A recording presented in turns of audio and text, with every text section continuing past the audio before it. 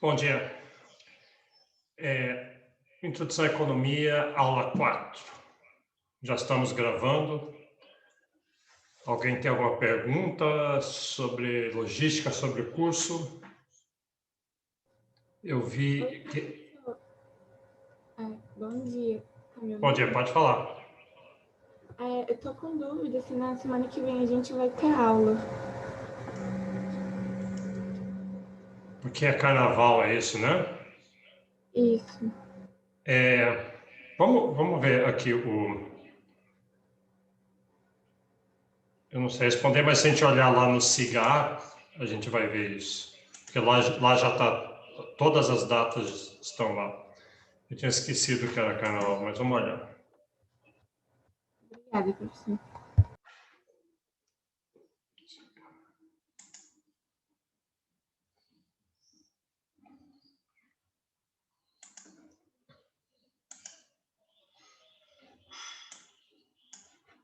Então, introdução à economia.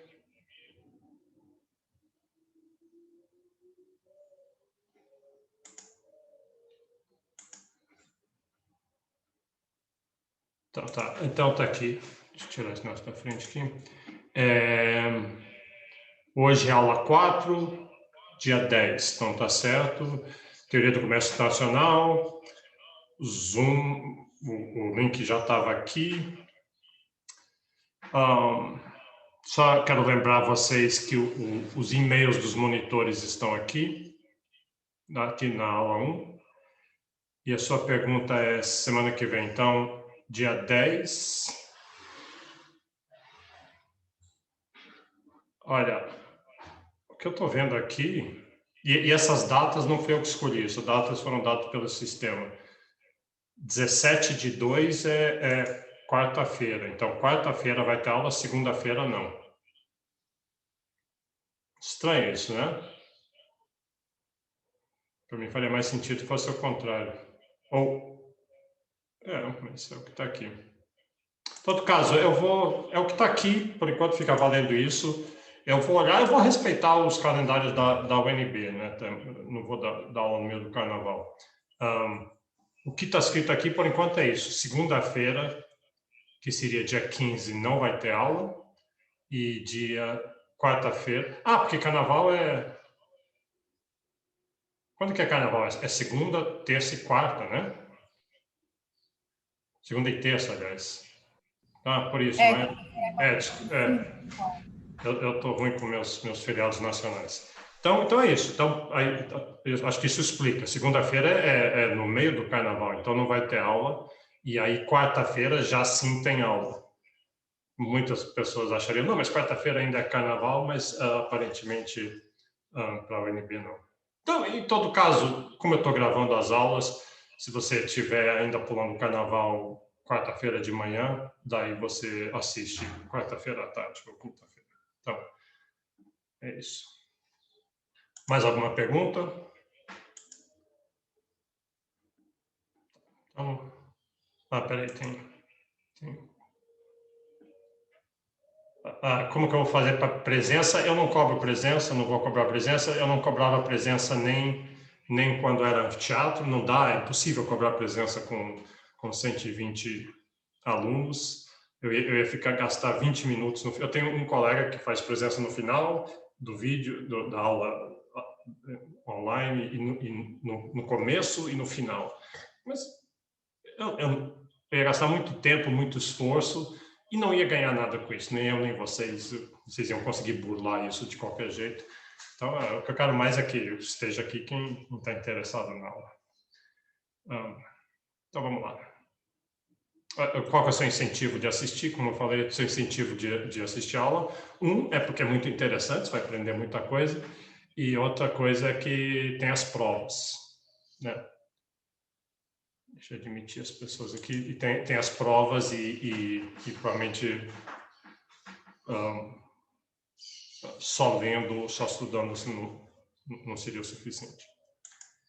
Então, vamos lá. Vamos continuar, deixa eu botar os slides.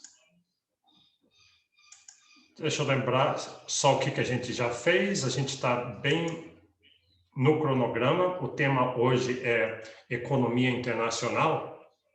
Não é bem economia internacional, porque economia internacional é macroeconomia, e a gente está numa parte de microeconomia. Mas vai ficar claro para vocês o que vai acontecer aqui. Na verdade, o tema agora é troca entre países, comércio internacional. E por que está aqui? É porque olha o que a gente acabou de fazer na aula passada. Vamos se lembrar o que a gente fez? A gente viu trocas entre pessoas, né? Então, a gente viu essa ideia de vantagens comparativas das pessoas se especializarem naquilo que elas fazem melhor. A gente vai ver exatamente o que quer dizer fazer melhor e daí trocar. Então, a gente vai fazer um exercício hoje muito parecido com esse aqui, onde eu tinha 2 produtores, cada um podia produzir um de 2 produtos, e aí eles tinham que decidir se eles iam produzir só de um produto, só do outro, uma combinação dos dois. E o que a gente viu na aula passada é que a gente viu como calcular o custo de oportunidade e a gente mostrou que a melhor estratégia é cada um produz aquilo no qual ele tem o menor custo de oportunidade e aí ele só vai ter um dos produtos, mas aí ele troca com o outro. E se os dois fizerem isso, os dois vão estar melhor. É o que a gente chama de ganhos de troca. Ganhos de troca. Trocas são boas. Toda vez que pessoas trocam, e você troca o tempo todo, né? Os seres humanos sempre trocam, até alguns animais trocam, tem exemplo de macacos que trocam, mas trocas acontecem naturalmente quando você tem pessoas, e por que acontece? Porque existe ganhos, a gente quer esses ganhos. É bom para mim, é bom para você. Então, a gente vai ser essa mesma lógica hoje, mas num contexto diferente, num contexto de países. E onde a gente acabou a aula passada tentando dar um exemplo que levasse isso ao extremo. A gente pegou o exemplo assim, de uma pessoa extremamente produtiva em tudo, uma pessoa que é melhor em tudo. Então, no caso, Tiger Woods. Vamos mudar isso para Neymar, né? Neymar faria sentido. Acho que muita gente não gosta de golfe, não sabe quem é Tiger Woods, mas Neymar todo mundo sabe o que é. Então, Neymar é um jogador de futebol muito bom, ele é muito melhor em futebol do que eu e de você, especialmente de vocês, mas ele é até melhor do que eu. E ele provavelmente faz um monte de outras coisas melhores do que eu e você, porque ele é forte, ele treina bem e se alimenta bem, se exercita. Então, o que esse exemplo aqui foi cortar grama e sei lá, um exemplo aqui era fazer uma campanha publicitária, ou arrecadar dinheiro, ou chamar atenção. O Neymar é melhor nessas duas coisas. Só que, se for para escolher entre ele e alguma outra pessoa fazer alguma coisa, é melhor ele se especializar naquilo que ele faz melhor, a outra pessoa se especializa na outra coisa e depois trocam entre si. Essa foi a ideia aqui. Então, vamos passar para frente.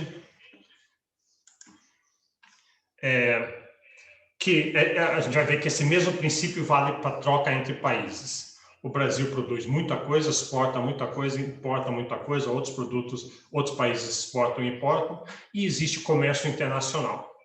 E existe, a gente vai ver, esse é um tema muito controverso, já há séculos é um tema controverso, é quanto que um país deve engajar em comércio internacional. Será que um país como o Brasil é tão grande e a gente tem tantos recursos naturais e recursos humanos e outras coisas, será que a gente não podia ficar autossuficiente? Será que seria bom isso? Ficar autossuficiente, não depende de nenhum outro país, não precisa comprar nada da China, não precisa comprar nada dos Estados Unidos, nada da Europa, e a gente também não vende nada para eles, e a gente autossuficiente. Será que não seria uma tranquilidade, isso não seria bom para todo mundo? E o que a gente quer mostrar, enfaticamente não. A gente quer trocas internacionais, a gente quer alguma especialização, e isso melhora a vida de todo mundo, da gente, dos chineses, dos americanos, dos europeus. Trocas são boas para todo mundo. E o ganho não é um pequeno ganho, o ganho é muito grande, o ganho é extremamente grande. Isso é controverso, porque alguém pode chegar e dizer, poxa, mas aí a gente vai ser explorado por esses países. Estados Unidos, uma história de exploração, de colonialismo, de relações metrópole e periferia, e essa exploração, se a gente ficasse autônomo, a gente não tinha essa exploração. Eles paravam de sangrar o Brasil e levar nossas riquezas. Agora, os chineses estão explorando o Brasil, explorando vários outros países, tem essa geopolítica agora, né? Os europeus fizeram isso na época da colonização. E tudo isso é verdade, mais ou menos, sim, em contextos, mas será que então a gente quer abrir mão dos ganhos de comércio? E é isso que a gente vai ver. A gente vai ver o princípio das vantagens comparativas, que é justamente essa regra, essa lei que a gente botou na aula passada, essa heurística de que um bom jeito de se organizar é cada indivíduo, cada grupo, cada país produz aquilo que ele tem vantagens comparativas, que quer dizer o quê? Aquilo que ele tem menor custo de oportunidade, aí ele vai produzir mais daquela coisa, mas aí ele não vai ter das outras coisas, aí ele troca com os outros. E que se todos os países fizerem isso, todos os países vão consumir mais. Eu vou mostrar isso graficamente, vou mostrar essa mágica acontecendo entre países, vou mostrar o contexto histórico e as críticas a isso. Quando que isso não é verdade? Como qualquer outra coisa, isso se aplica em alguns contextos, tem que ter algumas condições básicas, sem as quais realmente os ganhos não se materializam. E tem muitas críticas, por exemplo, assim, poxa, mas então o Brasil, se a nossa vantagem comparativa é produzir produtos agrícolas, quer dizer que a gente está preso nisso, a gente nunca vai ter uma indústria, a gente não vai produzir bens de conhecimento que requerem mais conhecimento, que são os bens que realmente podem gerar mais riqueza. E não é verdade. Vantagens comparativas mudam ao longo do tempo. Um país tem que tentar melhorar suas vantagens comparativas. Nem você, pessoalmente. O filho do vizinho lá, do Tiger Woods, no nosso exemplo, vizinho do Neymar, no exemplo, diz, poxa, então ele vai ter que ser o filho do vizinho para sempre, ele vai ter que ficar cortando grama. Ele diz, não, ele pode tentar melhorar suas vantagens comparativas, ele pode treinar futebol, treinar golfe, ou, melhor ainda, estudar, fazer introdução à economia, estudar na universidade e adquirir outras vantagens, e aí as trocas vão ser sempre melhores para ele. E a mesma coisa com países. Países podem tentar adquirir, melhorar suas vantagens comparativas ao longo do tempo. Tem uma anedota, não é uma anedota, uma história aqui, que uma vez tinha uma premiação dessas acadêmicas, e tinham convidado vários, tinha um prêmio de biologia, de matemática, de filosofia, tinha de economia, então tinha os premiados todos. E aí, na hora do jantar, todo mundo sentou na mesa e o economista, que era o Paul Samuelson, esse cara de verdade, lá na década de 60, ele ficou famoso por introduzir esses diagramas de oferta e demanda que a gente vai ver. Tem um primeiro livro, texto de economia. E ele ficou sentado ao lado do Stanislaw Ullmann, que é um matemático famoso, prêmio Nobel também, polonês ou húngaro. E aí estamos conversando assim, e o Stanislaw Ullmann falou assim, eu tenho que puxar papo com esse economista aqui que eu vou falar. Vou fazer uma pergunta para ele. Ele perguntou assim, olha, em física nós temos vários princípios que são contraintuitivos. São ideias que, se você explicar para alguém, a pessoa não vai achar, não, mas não pode ser assim. E, na verdade, é contraintuitivo, ou seja, não é óbvio. Então, tem realmente mérito de alguém ter descoberto aquele princípio, aquela teoria, aquela lei. E vocês, em economia, o que vocês têm? Aí o Paul Samuelson pensou, puxa, a maioria das coisas são relativamente óbvias, às vezes são complicadas, mas são óbvias. A curva de demanda é negativamente inclinada, né? Quando sobe o preço, as pessoas compram menos, isso é uma coisa importante. E daí ele teve uma ideia, ele falou, o princípio das vantagens comparativas. É uma coisa não óbvia de que, por exemplo, mesmo um país que produza tudo melhor do que o outro, Ele é capaz de produzir todos os bens que ele quer, mesmo esse país teria interesse, seria no seu interesse de produzir, se especializar em algumas coisas, deixa outros países se especializarem em outras e troca entre os dois. Isso é não óbvio, é contra-intuitivo. Então, vamos lá.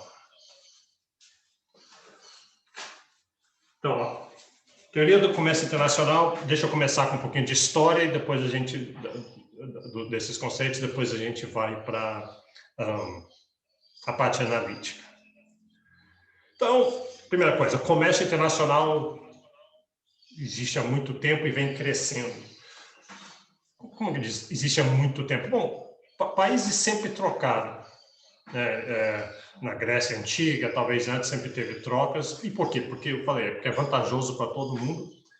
Mas houve alguns períodos de globalização. Então, em 1500, quando houve essa expansão europeia para o resto do mundo, as navegações, os portugueses, o caminho para a Ásia. Então, a partir já tinha muitas trocas, mesmo vindo por caravanas da Ásia, mas aumentou, tem horas que aumenta o comércio internacional. E recentemente, assim, eu tenho um gráfico aqui da Economist, 1960, 2012, até recentemente, você vê em azul um aumento muito grande, né, aumento quase 3 vezes do comércio internacional. Então, e aí você se pergunta, poxa, mas por que tem tanto comércio internacional? O que está por trás disso?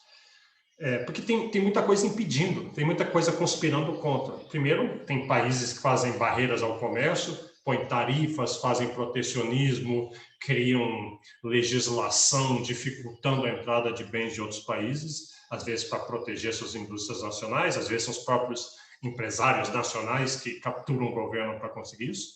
Além disso, tem a distância dificulta muito. Poxa, você produzir toneladas de algum produto no Brasil e mandar para a China, puxa, é longe pra caramba, deve ser caro isso. Será que não é melhor os próprios chineses produzirem isso lá? Além disso, tem moedas diferentes, os outros países não vão aceitar reais, então a gente tem que trocar reais por dólar ou por outra coisa, cria uma série de problemas. Leis, então, puxa, se tem tanta coisa conspirando contra, e mesmo assim o comércio internacional é grande e é crescente, então deve haver alguma coisa que compensa isso. E essa coisa, obviamente, é os ganhos de troca. É bom para todo mundo trocas. Quando você realiza trocas, tem quase que um milagre que acontece, que todo mundo está melhor. Então, um mundo onde tem muitas trocas é um mundo onde se está melhor. Claro, tem aquela questão que a gente falou no ano passado, mas quem é que captura, é melhor para todo mundo, mas quem captura a maioria dos ganhos de trocas? Essa é uma outra situação, depende do poder de barganha, de várias outras coisas, todo mundo vai estar melhor, alguns podem estar melhores do que o outro, mas essa é uma outra questão. Então, deixa eu começar aqui com o pensamento mundial. Então, esse tema é muito controverso. Vocês talvez já estejam sentindo isso, porque vocês têm opiniões, vocês têm ideologia, e a gente está dando uma visão bem economista aqui, de que existem esses ganhos de troca, então vale a pena ganhar, mas eles têm consequências. Então, lá no século, como eu falei, teve esse período de globalização de 1500 a 1800, um aumento muito grande dessas trocas internacionais por causa de tecnologias de transporte, integração entre os países, e rapidamente surgiu pensamentos, formas de pensar sobre isso. Então, muito forte era o mercantilismo, que meio que dominou de 1500 a 1800. Então, o mercantilismo é essa noção, é um jeito de compreender o mundo, uma ideologia para compreender o mundo, que diz o seguinte, que para um país ser rico, para um país ser forte, o que ele precisa fazer ele precisa conseguir ouro, metais preciosos. Um outro jeito de chamar mercantilismo é bulionismo. Bulhão é ouro, então o país deveria se especializar em conseguir ouro, porque isso é riqueza. Então é meio intuitivo, né? Eu quero que o meu país seja rico. O que é riqueza? Riqueza é ouro, então vamos acumular ouro. Como é que se acumula ouro? Você tem minas de ouro, e você tira ouro do chão e metais preciosos, mas a Europa, onde pelo menos o nosso estudo eurocêntrico aqui é onde começou isso. Na Europa não tinha metais preciosos, tinha um pouquinho de prata na Alemanha, então esse caminho não funcionava muito bem. Então, qual que era a outra opção? A outra opção seria comércio, trocas. Se a gente produzir... tem mais duas opções, aliás. Uma é colonização. Se a gente não tem ouro aqui no nosso país, vamos conseguir colônias em outros países. Se descobriu a América, então tem ouro lá, né? Mas México, Peru, no Brasil eventualmente vai ter ouro, ou com a África, ou com a Ásia. Esse é um jeito, e foi perseguido. E outro jeito seria comércio. Então, a gente produz coisas e a gente troca com os outros países em troca do ouro. Seja a gente produz nós mesmos ou a gente produz nas colônias. E daí troca esses produtos. Então, nesse caso, era um jogo soma zero. O comércio internacional era um jogo soma zero. Se eu produzir alguma coisa e vender para um outro país, eu ganho o ouro desse país e esse país perde o ouro dele. Esse era o pensamento. É o contrário dos ganhos de troca que a gente estava falando, que é para onde a gente vai. O comércio internacional é bom para mim, é ruim para o outro. É que nem um jogo de futebol. Quando alguém marca um gol, é bom para o time, é ruim para o outro. Não jogo, não, alguém marca um gol e todo mundo fica feliz. Então, esse era o pensamento. E então, era assim que se organizava. Talvez a pessoa que a gente mais associa a isso talvez é o Colbert. Jean-Baptiste Colbert era não era primeiro-ministro, era conselheiro financeiro do Luís XIV, ou do Rei Sol, 14, né, acho. Tem um seriado na Netflix que chama Versailles, seriado Netflix, cheio dessas novelão histórico, mas lá tem o Colbert está lá, ele é o único sensato, na verdade, tentando dizer para o rei não gastar tanto, para tentar armar uma estrutura produtiva para a gente vender e arrecadar ouro. Então, esse era o pensamento mercantilista. Isso está ultrapassado em grande medida, mas tem um certo resquícios disso de vários países querendo se fechar, dificultar comércio por diversas razões que a gente vai ver. Mas isso foi muito forte durante muito tempo, né? 1500, 1800, mas mesmo 1900 e no século XX ainda tem muito desse pensamento por aí. O que veio combater o mercantilismo? Adam Smith, nós já vimos ele antes, né? Santo padroeiro, os economistas, escreveu esse tratado que eu já mencionei em outra aula, uma investigação na natureza e causa da riqueza das nações, e o negócio de Adam Smith era o liberalismo econômico. Essa palavra liberalismo hoje é uma palavra complicada e melhor nem tentar usar, porque quer dizer várias coisas, na verdade quer dizer coisas absolutamente opostas, né? Porque depende se você está falando de liberalismo político, liberalismo em causas sociais, liberalismo cultural.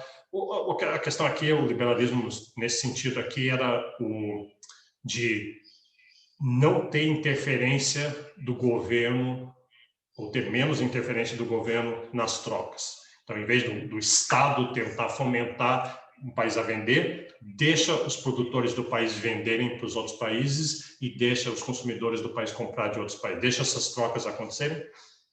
Por isso, um jeito que ficou conhecido isso em francês, o ditado em francês é o laissez-faire, laissez-passer.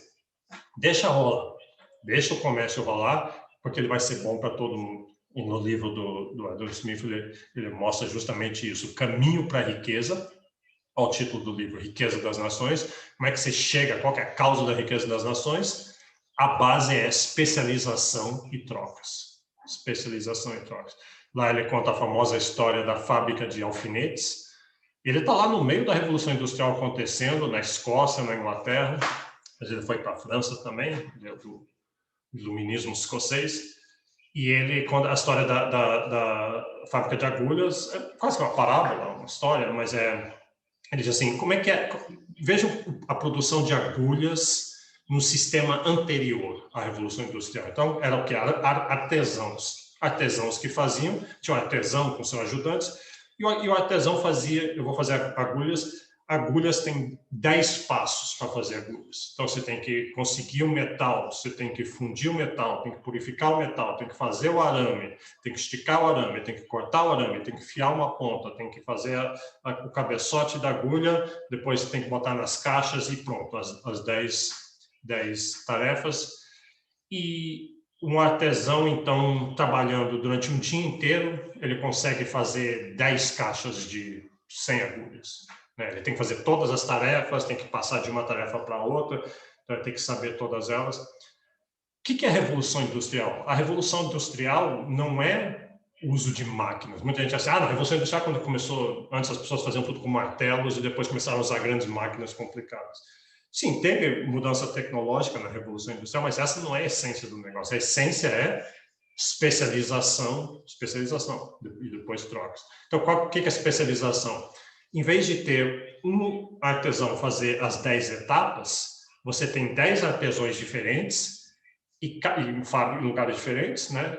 São unidades diferentes, e cada um se especializa em uma coisa. Então, um só pega o metal e prepara o metal, o outro só refina o metal, o outro só faz o arame, o outro só corta o arame, e daí ele vende o produto daquilo que ele fez para o outro. E cada um se cada um fizer isso, cada um se especializa, ao se especializar, eles reduzem custos, eles têm ganhos de aprendizado, ganhos de escala, ganhos de escopo, ganhos de rede, todo tipo de ganhos, então os custos se reduzem dramaticamente, e ao final de um dia, por esse método de especialização e trocas,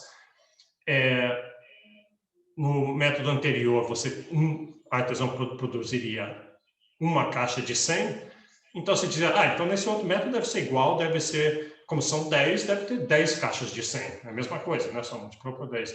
E acaba que esse método de especialização você produz muito mais.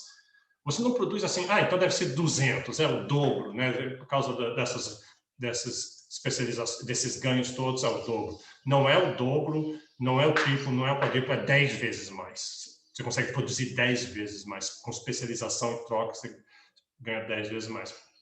Então, a gente quer aplicar a mesma coisa a países. Em vez de ser artesão se especializando, pensa em países se especializando. E o Adam Smith tem essa análise aqui. Essa análise foi avançada por esse senhor aqui, Davi Ricardo, que é uns 20 anos depois, aqui em 1820, mais ou menos, é outro economista liberal nesse sentido de achar que você deve deixar as trocas acontecer, não ter tanta interferência governamental. E ele tem um exemplo famoso dele, que vocês vão aprender isso em outras disciplinas também, para quem fizer economia ou relações internacionais, essas matérias assim. O famoso, e se aprender isso no segundo grau, eu acho, o famoso caso do panos e vinhos.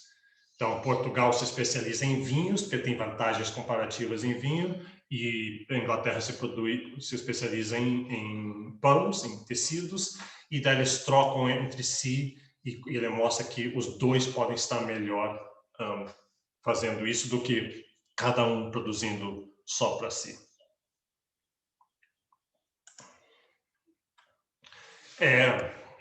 Então, no meio do século XIX, essa visão do mundo liberal, começado com Adam Smith, depois vários outros pensadores, não eram economistas propriamente ditos, avançaram isso, e ficou muito forte, ficou muito polêmico isso na Inglaterra, lá no 1840, 1850, quando se votou o que chama das Corn Laws, as leis de milho. Os produtores de grãos ingleses queriam proibir a entrada de grãos europeus, produzidos na França, na Alemanha, no resto da Europa. Proibir ou botar um imposto muito grande. Eles queriam proteção. Os grãos europeus, os grãos continentais, eram mais baratos, eram melhores, né? O clima na Inglaterra é muito ruim. Então eles queriam proteção. E aí veio um debate muito grande, parte do país, uma facção querendo dizer sim, vamos proteger o produtor nacional, e outra facção dizendo não, deixa trocar, nós consumidores ingleses, nós queremos comprar esses grãos baratos. E a Economist, que é uma revista de economia, uma revista tipo a Veja, só que de conjuntura, só que voltada para temas econômicos, uma revista muito boa, vale a pena ler. Ela estava sendo fundada nesse período para defender o liberalismo, para defender, tirar as leis de milho, os corn laws, tirar o protecionismo e deixar trocar. Então ela escreve assim, até hoje, se você pegar Economist, na capa de dentro, sempre vem escrito essa coisinha assim.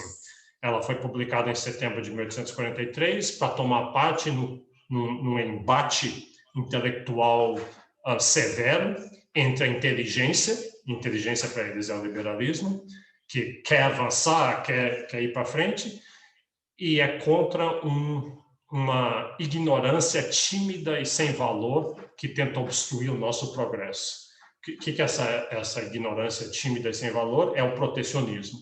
Então, eles são contra isso, e até hoje essa é a linha deles. Eles têm essa linha bem liberal de que governos não devem interferir nos negócios e na vida das pessoas na maioria das decisões, né? Não é que não deve ter governo, tem que ter um governo que crie uma infraestrutura social para funcionar bem, mas não deve interferir nas escolhas individuais. E essa briga continua até hoje. A história do Brasil, como é que o Brasil se industrializou no século XX, foi através de protecionismo. Foi através de uma estratégia propositada de botar tarifas nos produtos importados para dar uma chance para a indústria nacional crescer. Funcionou, o Brasil se industrializou dessa forma. Entre 1930, mais ou menos, e até 1960, o Brasil já estava industrializado, tinha uma indústria forte, que foi conseguida, e só foi conseguida à base de protecionismo. Mas, ao mesmo tempo, esse protecionismo gerou muitas ineficiências, a indústria que surgiu era muito ineficiente, e depois, uma estratégia de protecionismo, geralmente o protecionismo é para ser temporário. Você protege a indústria durante um período de aprendizado, pode levar 10, 20 anos, e depois tira o protecionismo. Só que daí, ao proteger uma parte da indústria, eles ficaram politicamente poderosos e nunca deixaram tirar o protecionismo.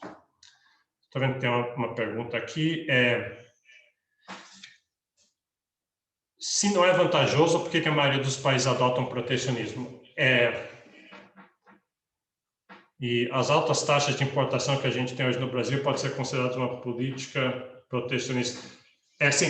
São boas perguntas. Então, para a primeira pergunta, por que todos os países fazem se não é vantajoso?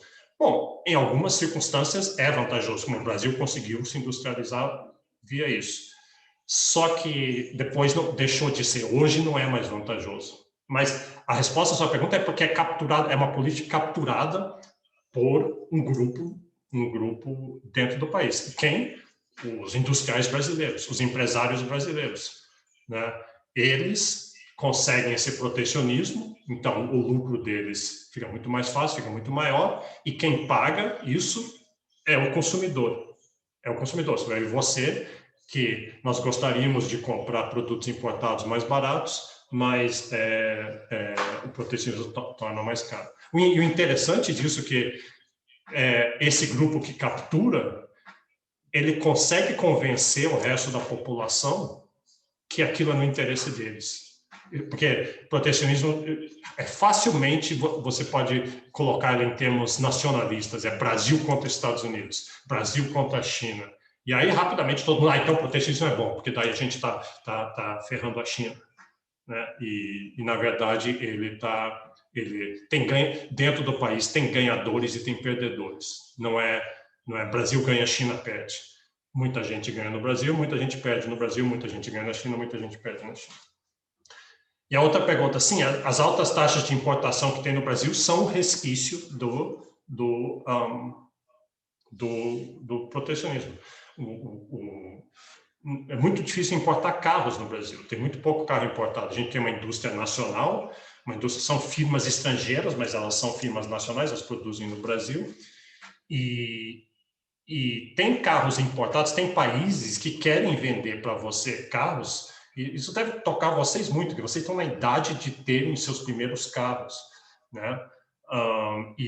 Mas vocês não conseguem.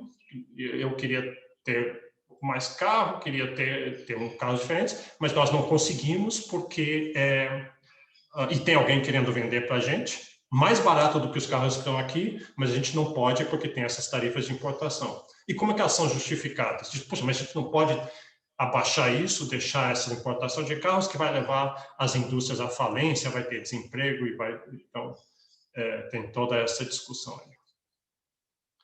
E provavelmente não é verdade. Provavelmente você permitindo a importação, por exemplo, na década de 90, foi um período que se tirou muito desse protecionismo, baixou muito as taxas de importação e muita gente falava isso, vai acabar com a indústria nacional, vai tudo à falência, vai ter desemprego geral porque a indústria brasileira não consegue competir com a indústria nacional. Você vê que denota uma crença muito baixa na capacidade do brasileiro. Você dizer isso, que a gente não consegue competir com os chineses, nós não conseguimos competir com o pessoal do Vietnã, com Bulgária, com a Inglaterra.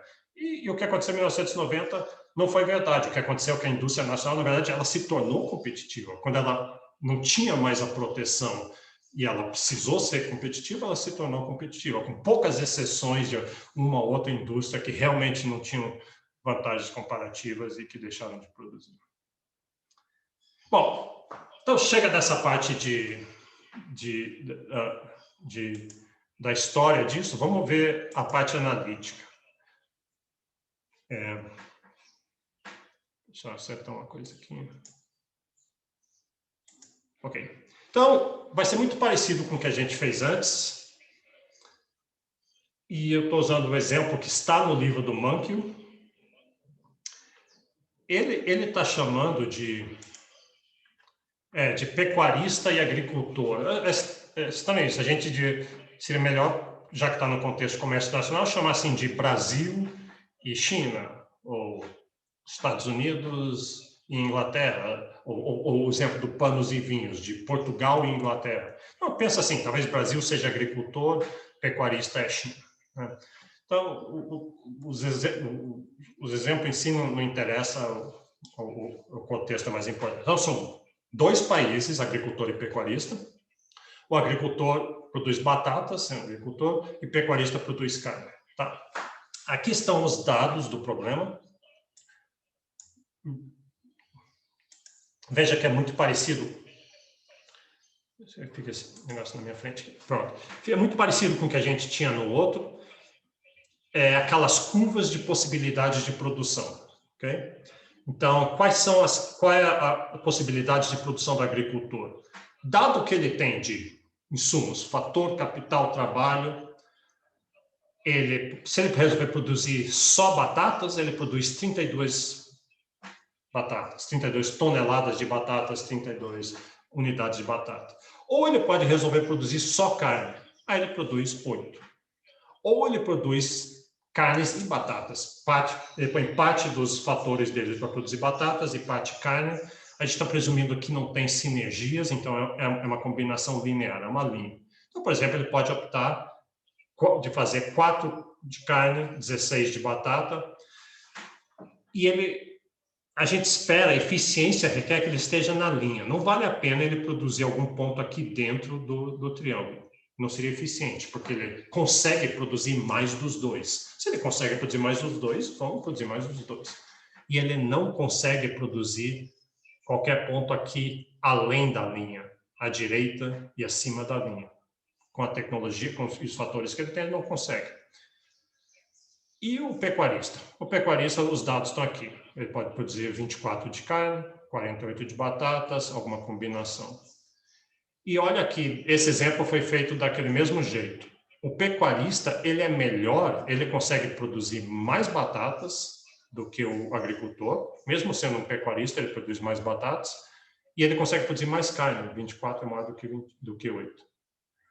Então, você podia chegar e dizer, esse aqui é o Tyler Woods, né? No nosso exemplo, esse é o filho do vizinho. Diz assim, poxa, o pecuarista é melhor em tudo.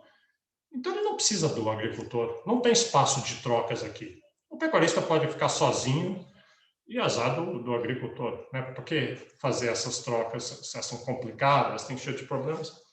E é isso que a gente quer mostrar que é errado. A gente quer mostrar que, mesmo para o caso, essa é aquela coisa contra-intuitiva lá da historinha que eu contei. Mesmo o pecuarista, vale a pena ele se especializar e trocar. Alguém está perguntando assim se eu recomendo que leia algum capítulo além do primeiro. Bom, o livro do Monk é um tijolo, né, muito grande, e eu recomendo que leia primeiro essas coisas que a gente está vendo, né, focar nelas. Vocês vão reconhecer, a correspondência é forte entre o que a gente faz, então vocês vão reconhecer isso, mas tendo tempo livre, sempre vale a pena ler outras coisas. Né? Tá, então, aqui eu quero fazer uma distinção. Isso aqui é tipo de pergunta que pode cair em prova, né? Eu estou falando vantagens comparativas, mas tem vantagens absolutas. Então, o que é uma vantagem absoluta? Vantagem absoluta é a simples capacidade de produzir mais de um bem do que o outro. Então, a gente vê o pecuarista tem vantagens absolutas em carne e em batata, porque ele pode produzir mais batatas que o agricultor e ele produz mais carne do que o agricultor. Mas, então, onde a gente está indo é chegar a dizer, mas a gente não deve se guiar por vantagens absolutas. Por vantagens absolutas, o pecuarista não precisa do agricultor, não precisa trocar com ele. A gente deve se guiar pelas vantagens relativas. Essa que é a grande sacada dessa aula. Dizer que vantagem relativa é que é a capacidade de produzir um bem com menor custo de oportunidade do que outros. Lembra, sempre que você produz um bem, você tem um custo de oportunidade, que você vai usar recursos, fatores, tempo, esforço, que ao usar eles, você não pode usar para produzir os outros bens. Necessariamente, matematicamente. Exceto no mundo quântico, em que você pudesse fazer várias coisas ao mesmo tempo, várias coisas com os mesmos recursos, mas a gente não está vivendo nesse mundo. Então, necessariamente, por melhor que você seja, ao fazer alguma coisa, você está abrindo mão de fazer outra coisa. Então, tem um custo de oportunidade. Não existe almoço grátis. Se eu vou te falar isso. E, então, vantagem relativa diz o seguinte, se especialize naquilo em que você tem o menor custo de oportunidade, naquilo em que você vai ter que abrir mão de menos recursos, e aí você vai ter um monte dessa coisa que você produziu da maneira mais eficiente possível, porque tem o menor custo de oportunidade, e aí você troca com os outros. E eu quero mostrar que todo mundo fazendo isso, todos consomem mais do que os outros. Então, para encontrar as vantagens comparativas de um país, não adianta olhar esses números absolutos aqui, nós precisamos calcular o custo de oportunidade. E a gente sabe fazer isso porque a gente aprendeu na aula passada. Né? Vamos fazer isso. E aí tem uma coisa. Aí se diz assim, tá bom, isso tudo bem para um país desenvolvido, para um país rico, porque eles têm um monte de vantagem comparativa, mas o meu país não tem. O meu país é pequeno, a gente é pobre, a gente tem problemas e nós não temos vantagens comparativas. Isso não é verdade. Por definição, você tem vantagens comparativas. Por definição, de tudo que você é capaz de produzir, uma dessas coisas necessariamente tem menos custo de oportunidade, porque custo de oportunidade é um conceito relativo. Então, por vantagens comparativas, o país mais avançado do mundo e um país menos avançado do mundo, existem trocas viáveis entre eles. Né? Um pouco contra-intuitivo, mas faz sentido. Então, vamos só ver. Quem é que tem vantagens absolutas em cada bem, nesse exemplo aqui? Isso eu já falei. Quem é que produz a definição ali? Quem é que tem capacidade de produzir mais desse bem do que os outros? O pecuarista tem vantagem absoluta em carne, que ele produz 24, o agricultor produz 8, e ele tem vantagem absoluta em batatas, que ele produz 48, e o agricultor produz 32. E se eu mudar isso aqui? Se eu mudar assim? Ah, bom, agora quem é que tem vantagem absoluta? Veja o que mudou aqui. Ó. Ele produz menos batatas. Se ele for produzir só batatas, ele consegue produzir menos. Bom, agora o pecuarista tem vantagem absoluta em carne, que nem ele tinha antes, mas quem que tem vantagem absoluta em batatas é o agricultor. O agricultor tem vantagem absoluta em batatas. Né? Então, tem exemplos de um jeito ou de outro, mas a gente não quer se balizar por vantagens absolutas. Como eu falei, a grande mensagem dessa aula é que a gente deve se balizar por custo de oportunidade. Então, vamos calcular o custo de oportunidade do agricultor produzir carne, do agricultor produzir batatas, e do pecuarista produzir carne, do pecuarista produzir batatas, e vamos ver quem é que tem vantagens comparativas, vantagens relativas em carne, quem tem em batatas. Uma pergunta aqui. É possível uma vantagem absoluta ser ao mesmo tempo uma vantagem relativa?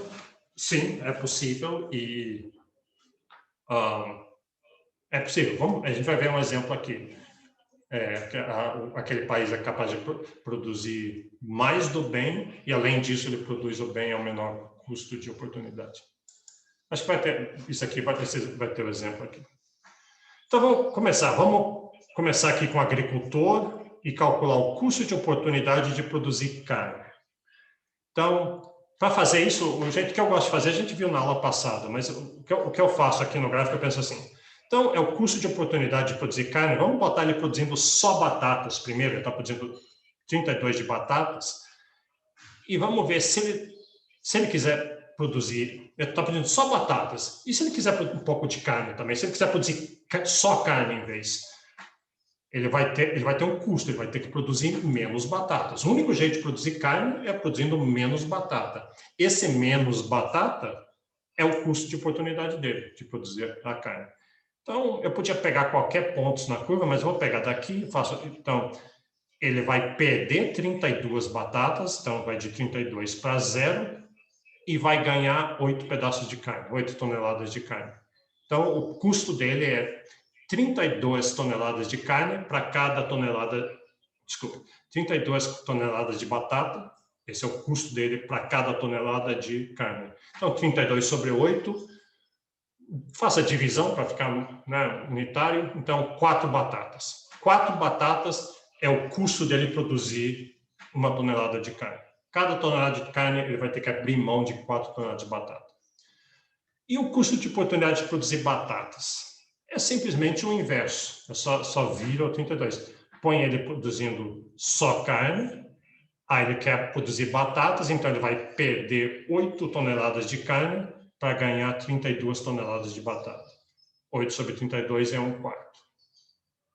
E aí, vamos fazer a mesma coisa para o pecuarista. Então, custo de oportunidade de produzir carne.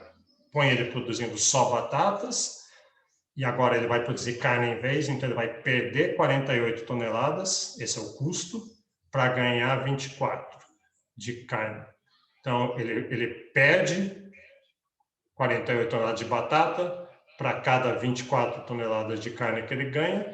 Eu não quero 24 aqui, eu quero 1, então divide e dá 2. Esse é o custo de oportunidade de produzir carne. E o custo de oportunidade de produzir batatas, de novo, é só o inverso, vira via fração, ou então vem aqui no gráfico e faz a mesma coisa. Ele está produzindo só carne, ele quer produzir batatas, então ele perde 24 de carne para ganhar 48 de batatas. Então, para cada tonelada de carne, ele vai perder meia tonelada de carne. Então, agora eu tenho todos os dados que eu preciso. Agora eu posso ver quem é que tem o menor custo de oportunidade. Então, vamos ver quem é. Então, quem é? Quem é que produz carne com menor custo de oportunidade? O agricultor, o custo de oportunidade é 4. Isso é um custo, né? O maior ou pior. E o pecuarista produz carne perdendo só 2 toneladas de batata. Então, o pecuarista tem vantagem comparativa em produzir carne. Além disso, ele tem vantagem absoluta. Lembra a pergunta que foi feita? Então, ele tem vantagem absoluta, ele produz mais carne do que o agricultor, mas além disso, e mais importante do que isso, ele produz carne com custo de oportunidade menor. Ao produzir carne, ele deixou de produzir menos batata, então é melhor para a sociedade como um todo abrir mão de menos batata para ter mais carne. E quem é que tem o menor custo de oportunidade em produzir batatas?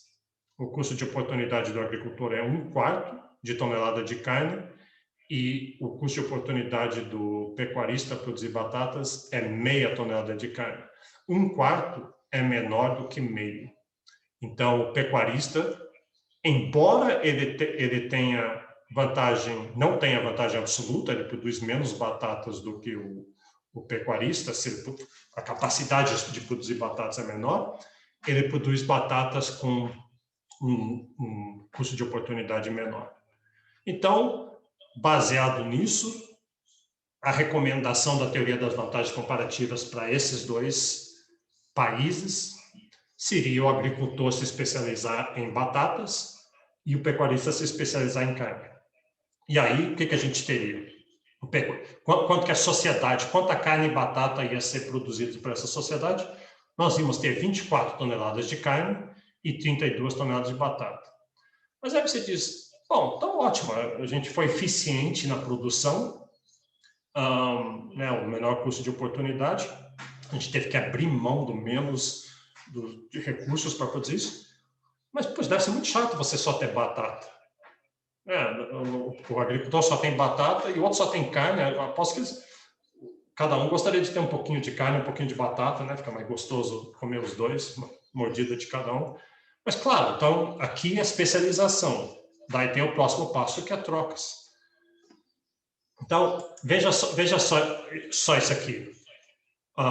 Então, o agricultor está lá, talvez seja meio insatisfeito com esse arranjo que fizeram, mas aí o pecuarista propõe ao agricultor o seguinte, eu tenho a seguinte proposta, e eu vou passar por cada um desses de cada vez. Então, diz assim, você produz uma coisa, você me dá tanto, eu produzo outra coisa, a gente troca. Essa é a proposta da troca. Então, aqui eles estão se juntando para... Cada um já se especializou, produziram da maneira mais eficiente, e agora estão querendo ver que troca pode ser. Será que existe uma troca que é boa para os dois? Esse que é o negócio. E se tiver, por definição, ser boa para os dois, quer dizer que os dois querem fazer essa troca. É boa para os dois. É um jogo soma positivo. Faz o jogo e todo mundo está melhor. Então, vamos ver essa troca especificamente aqui. Então, o pecuarista fala assim, você produz só batatas. Você produz 32 de batatas. Vou tirar esse negócio da frente. Então, você produz aqui e eu vou produzir 12 de batatas. E esses números é só um exemplo, tem várias possibilidades, mas aqui é só um exemplo. Você produz 32 de batatas e eu vou produzir 12 de batatas e 18 de carne. É viável? É. Está dentro da fronteira. É viável esse ponto aqui? É, está dentro da fronteira. Aí o agricultor ainda está meio ressabiado assim, pensando, mas peraí, mas então você vai ter carne e batata, eu só vou ter batata? Diz, não, calma, vamos lá. Aí o segundo passo, você me dá 15 batatas, então ele produziu 32. Ele dá 15, vai perder 15, então ele vai ter 17 batatas no final, e o pecuarista já tinha produzido 12 e ainda ganhou 15, então ele está com 27 no final. O agricultor, poxa, pior ainda, eu vou dar batatas para você? Diz, calma, tem a outra parte.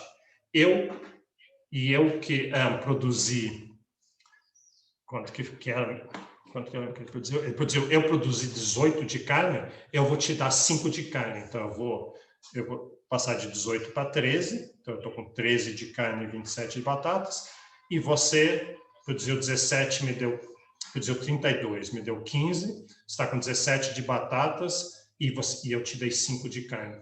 Então, você vai estar nesse ponto aqui e eu vou estar nesse ponto aqui. Pronto, olha isso aqui, olha o que aconteceu. Quase que sem que a gente percebesse, olha onde é que eles estão. Eles estão além da linha de possibilidades. Ao se especializar, ser eficiente no uso dos recursos, minimizar custos de oportunidade e trocar depois, os dois estão melhores, né?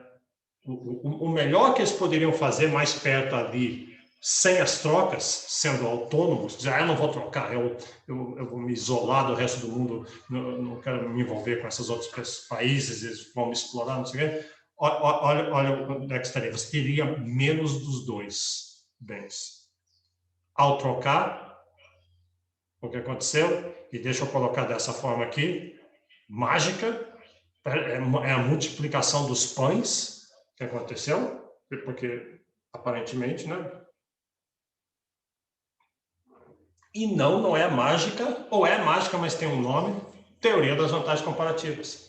É você usar vantagens comparativas, você ser eficiente nos usos de recursos, minimizar custos de oportunidade e trocar entre si, e aí todo mundo consome melhor.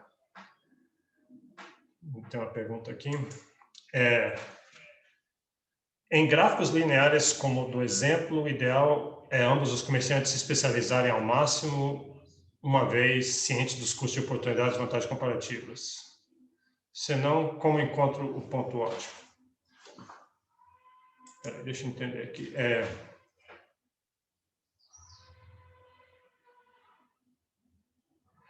Assim, acho que eu entendi a pergunta. A preocupação, acho que é a seguinte, aqui. Por que escolheu esses números específicos aqui? Você me dá 15, por que 15? Por que não 16? Por que não 17? Será que esse exemplo aqui é o melhor que dá para fazer? Eu acho que não é o melhor que dá para fazer. Acho que talvez deve ter alguma troca que seja aquela troca que melhora os dois. E para realmente saber isso, na verdade, a gente tem que saber também as preferências dos países, o quanto que eles gostam de carne e de batata. Mas se eu entendi corretamente a pergunta, é essa. Aqui é só para dar um exemplo, é só para mostrar que com trocas, com especialização de trocas, é possível os dois estarem melhor do que estariam sem a especialização em trocas. Agora, exatamente se a especialização tem que ser cada um se especializa totalmente, ou porque você vê, no exemplo, o agricultor se especializou só em batatas. Já o pecuarista não, ele produziu batatas e carne na terra dele. Então, acho que aí vai depender do caso. Exatamente se a melhor situação é cada um se especializar totalmente, ou mais ou menos, isso já é complicar um pouquinho mais. O importante, acho que a ideia aqui é só mostrar isso, só mostrar que é possível estar melhor, se especializando e trocando. Aí está perguntando, sem as preferências de cada um, não há como saber? Você pode até fazer uma comparação só com base em quantidades, né? Dizer assim que, supor que mais é melhor, mas no fundo você vai querer saber as preferências, porque se um país gosta muito de um bem menos do outro, e o outro país gosta do contrário, você vê que essas possibilidades de troca são ainda maiores. Então, isso seria levar a uma análise um pouquinho mais avançada, você vai querer incorporar outras coisas. Gabriela Nunes levantou a mão. Então, eu não sei se vai ser uma pergunta meio fora, mas assim, eu não sei se eu entendi direito. Nessa parte aí dos valores que eles estabeleceram como valores de troca, como, ele vai passar lá as 15 batatas pro pecuarista e tudo, isso foi basicamente, essa é a quantidade que eu posso te passar, ou dentro disso ele poderia dar mais para poder fazer uma troca maior? Isso aqui é só um exemplo. Podia dar mais, podia dar mais do que 15 batatas ou menos. Então, teria um número muito grande de trocas diferentes que podiam ser realizadas. acho que ele foi feito isso para só tentar... Pensa assim, introdução à economia, os alunos vão ver essa ideia pela primeira vez, vamos só mostrar que é possível trocas, especialização e trocas, deixarem os dois melhor, sem entrar na questão de, mas qual que é a melhor troca de todas que pode acontecer? Esse é o tipo da pergunta que a gente gostaria de responder, e é possível responder, mas já fica um pouco mais complicado aqui para introdução à economia. Ok. Obrigada. Então, bom, aí... isso é uma teoria de comércio internacional. Tem várias outras teorias de comércio internacional, e mesmo essa fica muito mais complicada. E tem críticas à teoria de vantagens comparativas. Quer ver? Se quiser testar isso, eu arrisco o seguinte: chega para os seus pais, ou no churrasco do domingo, para os seus amigos, mas geralmente mais velha, gente mais velha, e fala isso. Chega e fala assim: vantagens comparativas é a melhor coisa, os países deviam se especializar. E você vai ver que vai ter uma reação muito forte contra, né? Especialmente gente da indústria nacional, mas é porque... Por que eu estou dizendo isso? Porque o Brasil, que nem eu falei no começo, o Brasil se industrializou, o Brasil mudou sua estrutura, passou de um país pobre, agrícola, exportador de poucos produtos agrícolas, e com base em protecionismo, ou seja, violando propositadamente as vantagens comparativas, fazendo protecionismo, o Brasil adquiriu um parque industrial grande, relativamente avançado, claro que depois com muitos atrasos e pouca eficiência, mas ele conseguiu isso, foi uma mudança importante. Então, muita gente diz assim, não, a gente quer mais disso, a gente quer mais protecionismo. E vem toda a coisa nacionalista também, né? Os outros países querem se aproveitar do Brasil, os outros países querem que o Brasil fique produzindo produtos agrícolas, e eles vão produzir computadores, e a gente vai trocar, só que ao longo do tempo, cada vez o Brasil... produto agrícola vai ser produto agrícola sempre, né? Eu estou falando como se eu fosse a pessoa, porque não é verdade isso. Produto agrícola é produto agrícola, não tem avanço, um país nunca vai enriquecer com produto agrícola. Computadores, conhecimento, tecnologia, indústria vão crescer, vão cada vez mais produtivo, então o Brasil vai ter que cada vez fazer um esforço produtivo maior para conseguir a mesma quantidade de bens. A palavra para isso é os termos de troca são perversos. Então, essa era toda a linha da CEPAL, o Celso Furtado, o Raul Prebisch, CEPAL era o escritório da América Latina, das Nações Unidas para a América Latina, tinha essa ideologia. E tem muito de verdade nisso, existem muitos casos na história dessa exploração e comércio unilateral, mas em geral não é. Em geral, vantagens comparativas continuam existindo, termos de troca de agricultura não são necessariamente declinantes. Por exemplo, de 2003 a 2010, os preços dos produtos agrícolas e minerais subiram tremendamente, o Brasil se beneficiou muito disso, mas é extremamente controverso.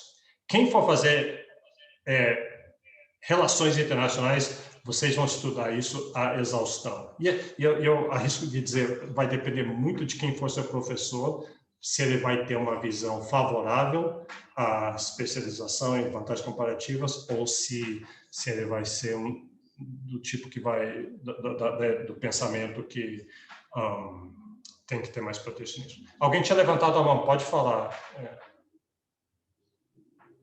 Professor,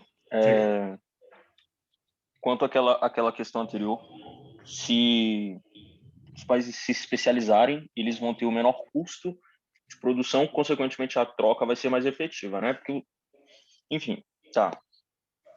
E quanto a esse novo ponto que você estava falando, uma vez que os países estão especializados, eles não vão ter o monopólio do produto.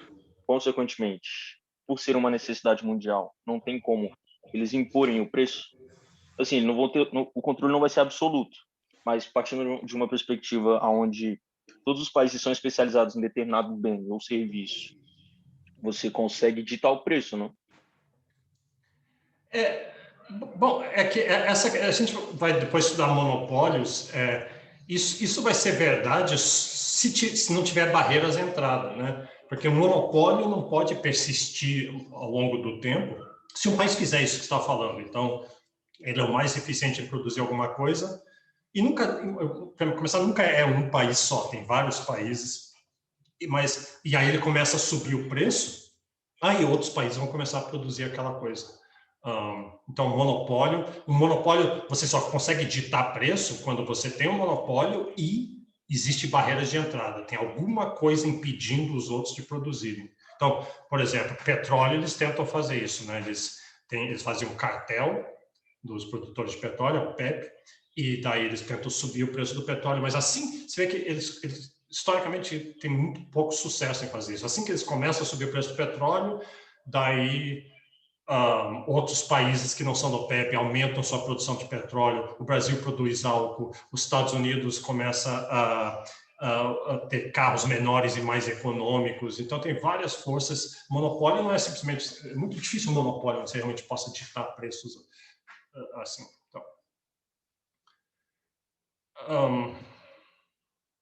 Bom, então o ponto aqui é só, essas vantagens comparativas é muito mais complicado do que isso. Tem situações em que vale a pena para um país fazer um protecionismo, e vários países fizeram isso com grande sucesso, mas tem muitas armadilhas para protecionismo também. E a América Latina, como um todo, caiu nessas armadilhas. Você protegeu, industrializou, mas aí aquele protecionismo foi capturado por um pequeno grupo de empresários, de industrialistas, em detrimento da população, principalmente do consumidor pobre.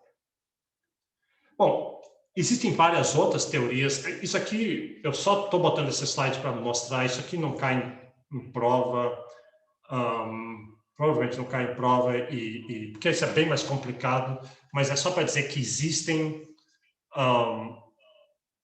extensões, essa aqui é uma extensão das vantagens comparativas para levar em conta muitos outros fatores. Então, só para saber que existe aqui. Vou até pôr. Quais são algumas limitações das vantagens comparativas? Na verdade, se você olhar as trocas no país, é muito mais complicado a realidade do que a gente deu um exemplo com 2 países, 2 produtos, todo mundo sabe a capacidade dos outros custos de produção, mas na verdade você não vê isso. Você vê assim, ó, aqui está quem exporta e quem importa. Então, você vê que é a China, então aqui está a exportação da China para os Estados Unidos, aqui está a exportação dos Estados Unidos para a China, essa linha reta aqui. Então, a China está exportando para os Estados Unidos está exportando para a China, e às vezes, quando você vai olhar, abre essa pauta de exportação e importação, a China está exportando um produto para os Estados Unidos e ela está importando o mesmo produto. Às vezes de marca diferente. Então, a China exporta carros para os Estados Unidos exporta carro para a China. O Brasil exporta soja para os Estados Unidos e o Brasil importa soja dos Estados Unidos. O Brasil exporta petróleo, importa petróleo também, e às vezes do mesmo país. Então, é tudo muito mais complicado, e só com a teoria de vantagem comparativa você não vai explicar essa diversidade toda. E aí, claro, você pode dizer assim, mas não é o mesmo produto. Um carro chinês é um produto diferente de um carro francês, que é diferente de um produto de um carro alemão. Então, são produtos diferentes. Mais ou menos, né? Mas eles são altamente substituíveis, substitutos entre si. Então, o ponto aqui é só que a realidade acaba sendo muito mais complexa, inclusive é mais complexa porque hoje, eu acho que isso vai vir no slide mais para frente, mas encaixa aqui, essa ideia de que o que é assim os Estados Unidos exportar para a China, para o Brasil? Essa companhia que faz esse carro, ela é da onde?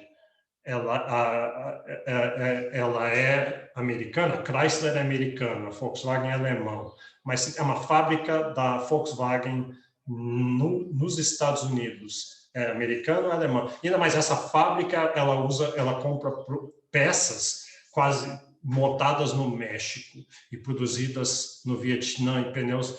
Então, quando o comércio nacional está tão intricado, que esse desenho mostra, que não é tão... Assim, você pensar nele, nesses termos, com países que a gente tende sempre a fazer, ainda mais, pior ainda, levando o nacionalismo, o patriotismo para dentro, deixa as águas mais turvas, né? O comércio é muito mais intricado, uma rede espalhada no mundo inteiro. E vantagens comparativas está agindo ali, só que é muito mais complicado. Então, vamos lá. Algumas limitações das vantagens comparativas, algumas críticas que que as pessoas fazem. Então, é que se deve incorporar premissas mais realistas. Uma é a ideia de conhecimento tecnológico, é diferente entre países, então você tem que incorporar isso. Protecionismo, botei o desenho aí, está chegando esses bens produzidos, e tem um grupo ali dizendo, não entra, não vamos aceitar isso aqui, não. Agora, você vendo assim, fica parecendo nacionalista, né? Esse barco está chegando da China, provavelmente com produtos chineses, e ali você pensaria, o consumidor americano que está dizendo que não queremos, mas provavelmente não é o consumidor americano. O consumidor americano quer esses produtos, porque esses produtos são baratos e são bons. Põe na frente deles, eles compram e ficam felizes. Quem a gente está reclamando ali são os empresários americanos que produzem produtos que vão competir com esses produtos chineses. Eles vão ter que abaixar o seu preço, vão ter que melhorar sua competitividade, vão ter que reduzir o seu lucro. Distância, se diria assim, distância deve ser incorporada, porque no nosso exemplo tinha o pecuarista, tinha o agricultor, um produz tonelada de batata, outro de carne, eles trocam, mas não é tão fácil trocar, você tem que levar aquelas 32 toneladas de batata, vai carregar 32 toneladas de batata, vai contratar um navio, um caminhão, é caro. Só que, na verdade, eu botei esse gráfico aqui para mostrar isso, você acharia que distância seria um grande empecilho, mas, na verdade, não é. Distância, transporte, especialmente transporte marítimo, é extremamente barato hoje em dia. Então, isso lubrificou essas trocas globais ao longo do mundo. O que o gráfico mostra aqui é a revolução de containers. Containers são esses caixotes aí, quase todo o comércio internacional. Quando você passa num porto, sai lá no Rio de Janeiro ou qualquer outro porto no Brasil, você vê esses caixotes. Isso aqui revolucionou o comércio internacional, reduziu o custo de transporte tremendamente. Então, a partir daqui, aumentou muito as trocas mundiais. Outra coisa também que torna toda essa discussão um pouquinho mais complicada é que a gente está falando de batata, carne, coisas que você põe em caixotes, em containers, mas muito do comércio internacional hoje em dia não é de bens, é de serviços. É de desenho de um website, é de uma receita para fazer construir um prédio, conhecimento, né, um código de programa. E cada vez mais a gente usa papel, cada vez mais a gente usa caneta, a gente realmente produz bens, usa livros, né, no livro palpável de papel que você pega, cada vez mais é serviços. E serviços, a troca, às vezes, é muito mais fácil. Tem alguns serviços que não. Por exemplo, pelo menos por enquanto, cortes de cabelo. Cortes de cabelo é um serviço que não dá para fazer à distância. Então, um barbeiro, de certa forma, ele está naturalmente protegido da competição dos barbeiros franceses. Então, suponha que barbeiros franceses são os melhores barbeiros do mundo e o barbeiro brasileiro está protegido da competição. Aliás, o barbeiro da Asa Norte está protegido, de certa forma, do barbeiro de Taguatinga. Não totalmente, porque com a internet, cada vez mais tem um app que faz o barbeiro vai na sua casa, não sei o quê, mas tem serviços que são um pouquinho diferentes. Não são todos os serviços, por exemplo, um cantor de ópera.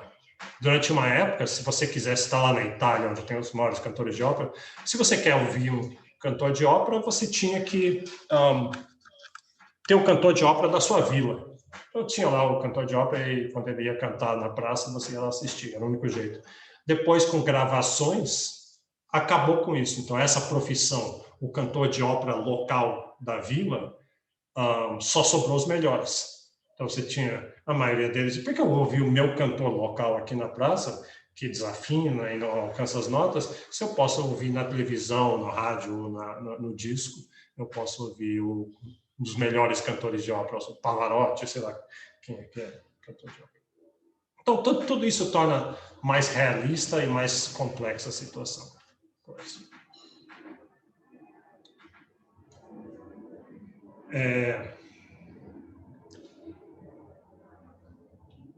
Tudo isso aqui eu já falei. Então, vou fazer o seguinte, ainda tem mais uns 2 ou 3 temas pequenos aqui, mas a gente já deu 1h15, quase 1h20. Eu vou parar por aqui e na próxima aula daí a gente continua. Acaba isso, já começa o tema novo. Lembrando que isso daí, então, segunda não tem aula, bom carnaval para vocês, e tem, mas quarta-feira a gente já volta. Eu vou botar o vídeo daqui a pouco para lá. Mais alguma pergunta, mais algum tema sobre isso aqui, ou sobre a aula? Professor, Diga. sei que você falou da vantagem comparativa, de que é melhor um país ou um indivíduo se especializar em algo, tem as suas vantagens. Mas será que nos tempos de hoje, onde o comércio, a tecnologia, tudo muda muito rápido, né? Será que isso não seria ruim? Por exemplo, vamos para um cara que só se especializou em carne a vida inteira, ele só sabe fazer isso, mas ele é muito bom no que faz. Mas, sei lá, de repente o mundo inteiro decide ser vegetariano. Um cara que só se dedicou a isso a vida inteira e só sabe fazer isso, ele será totalmente prejudicado depois. Não concorda? Não é melhor, então, a pessoa, sei lá, ela sempre diversificar, sempre ter várias opções de especializações, enfim. É uma boa pergunta. Então, você colocou, do jeito que você colocou empate, assim, do ponto de vista de uma pessoa também, né? Que é o que a gente viu. Do ponto de vista de uma pessoa, assim, eu vou ter que me vender no mercado para ter que ter emprego, então, e também do ponto de vista de um país. E vantagens comparativas agem nessas coisas, agem nos dois, mas tem algumas diferenças. Em termos de estratégia pessoal, você não... Claro, nunca vai ser tanto para um país como uma pessoa que você vai se especializar absolutamente. Você sempre tem assim, um certo portfólio, porque tem, como você disse, uma incerteza do que o futuro vai trazer. Vai que nem o cantor de ópera, que de repente a única coisa que ele sabia fazer era cantar ópera, e de repente a mudança tecnológica tornou ele obsoleto, e agora, mais ou menos isso estava falando. E o que ele vai fazer? Se ele tivesse não se especializado tanto em ópera e soubesse também costurar, ele teria uma opção. E essas são considerações que, assim, do ponto de vista pessoal, certamente você vai querer fazer. Mas você não vai ter muita opção. Veja eu, por exemplo, eu me especializei, então eu sou professor, mas eu não sou professor, não posso dar aula de física, eu sou professor de economia. Mas mesmo dentro de economia, eu não dou aula de macroeconomia, não sei muito de macroeconomia, eu me especializei, as minhas pesquisas são sobre uns temas muito específicos que tem só algumas outras pessoas, e a internet permitiu que eu fizesse isso, porque eu estou em contato com as outras pessoas espalhadas no mundo que se especializaram naquelas outras coisas. Os meus colegas pesquisam outra coisa, eles não se interessam muito pela minha pesquisa, eu não me interesso muito pela pesquisa dele. Então, eu sou incrivelmente especializado. E isso é bom, porque daí, sobre aquela uma coisa, eu realmente sei. Ali eu sei. Sobre as outras coisas, eu sei bem menos. Então, eu teve essas vantagens comparativas funcionando ali. O que você está falando eu estou correndo um risco, sim. vai que de repente eu me torno obsoleto. De repente ninguém mais quer estudar economia. Então, os departamentos de economia começam a encolher, ou aquele assunto que eu trabalho deixa de interessar mesmo as poucas pessoas que pesquisam aquilo ali. Então, tem esse período. Do ponto de vista de países, de novo, um país não vai se especializar em uma só coisa. O país geralmente tem muitas vantagens comparativas e elas são mais granuladas. Assim, então, o que a gente vai ver é que todo país produz bastante coisas e esses outros fatores que eu falei, como distância e protecionismo, permitem que países também produzam uma gama muito grande de produtos, mesmo quando não é a vantagem comparativa deles. Nós não temos vantagem comparativa nessa coisa, mas se levar em conta a distância, custo de transporte, todos os empecilhos para troca, aí agora vale a pena a gente não se especializar tanto. No mundo ideal, não. No mundo ideal, você trocaria. E pensa assim, o mundo está se tornando mais protecionista. Isso vem e vai em fases, é um pêndulo e o mundo fica mais protecionista, menos protecionista. E a gente está entrando, a gente passou de 90 para cá, um período bem mais liberal, em que a globalização aumentou, mas a gente está no período, vê isso com Estados Unidos e China, os dois maiores parceiros comerciais do mundo. Em parte foi o Donald Trump que fez isso, mas acho que esse sentimento continua, tem uma desconfiança muito grande, meio que uma guerra fria ameaçando surgir entre eles, e seria muito ruim, porque isso é ruim para os dois países. Cada país, Estados Unidos e China, tem vantagens comparativas em alguns produtos, e quando eles deixam de trocar entre si, perde-se muito, e o resto do mundo sofre com isso também. Mais alguém? Mais alguma pergunta? Então tá bom. Então vamos parar aqui. Bom carnaval para vocês. Até daqui a uma semana.